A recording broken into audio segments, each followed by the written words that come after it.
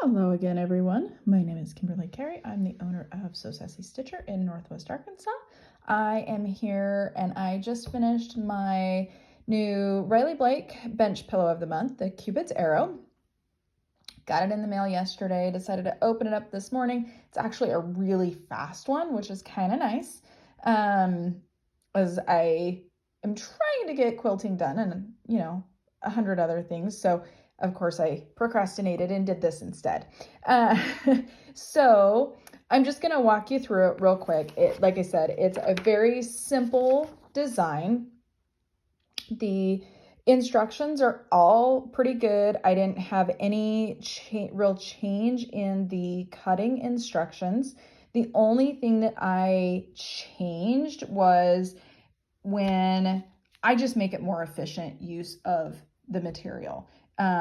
So like on the white hearts, I cut the 6.5 and I did this, and then I went and worked on these. When I ran out of the fabric, then I cut the 5.5 inch and then just continued down. And so I did end up cutting 2 of the 2.5 for the 38.5 inch strips, but everything else I got out of the 6.5 and the 5.5. So I still have a good chunk of that left that I can use for something else if I want to. And then same things for this. I didn't cut a 2.5 inch strip. There's 4 inches there. And so why waste that 1.5 inches? So I just trimmed up one edge, cut 2.5 inch strips, and then trimmed those up. For all these 5.5 inch or 2.5 inch squares for the heart. For these guys, then I just did,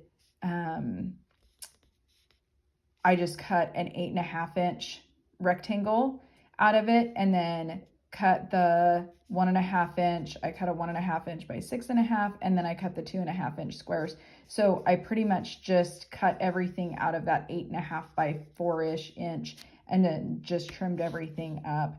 So I try to make the most efficient use of my fabric instead of wasting a bunch, so that if I want to use it for something else, I have a little bit of extra there and I'm not tied down to just a 2.5 inch strip.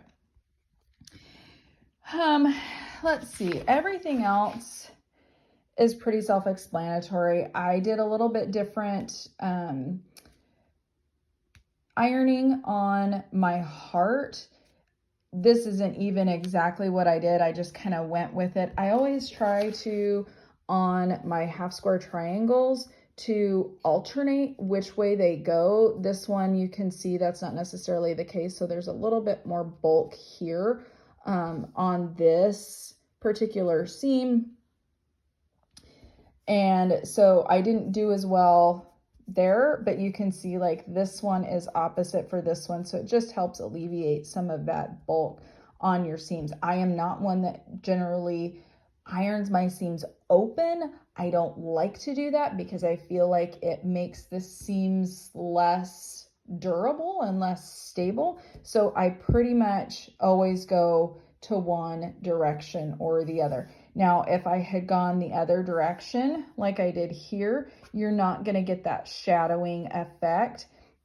But again, at some point, you're going to have that somewhere. So, and even on these light pinks, you get a little bit of that shadowing effect. Some of that will go away when I quilt it, but you are still going to have that shadowing effect there. You can see this isn't exactly perfect. By the time I get it on a pillow, nobody's going to notice, but it is supposed to match up with this corner. This one did a lot better. I followed their pattern as far as coloring goes. You could, if you wanted to switch that around a little bit and you didn't like their pattern, these could have been mixed up a little bit more, I feel like, but again, it's not really going to matter.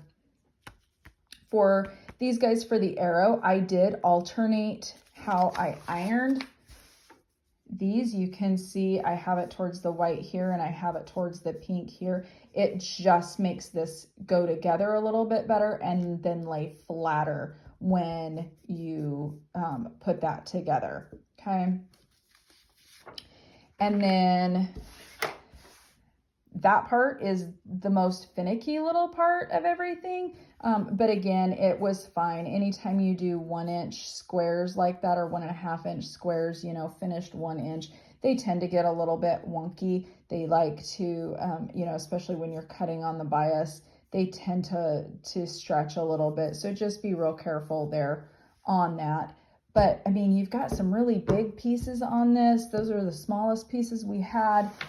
So again, it took me a couple of hours to get this finished, and really not that difficult. So I hope that it goes well for you. I will need to get some backing fabric for this and get it on the quilt machine when I get a chance. I've got a couple other projects that I need to get done first before Christmas hits. And but I hope this helps you, gives you some inspiration for doing your own. Again, this is probably the easiest one that they have sent us so far.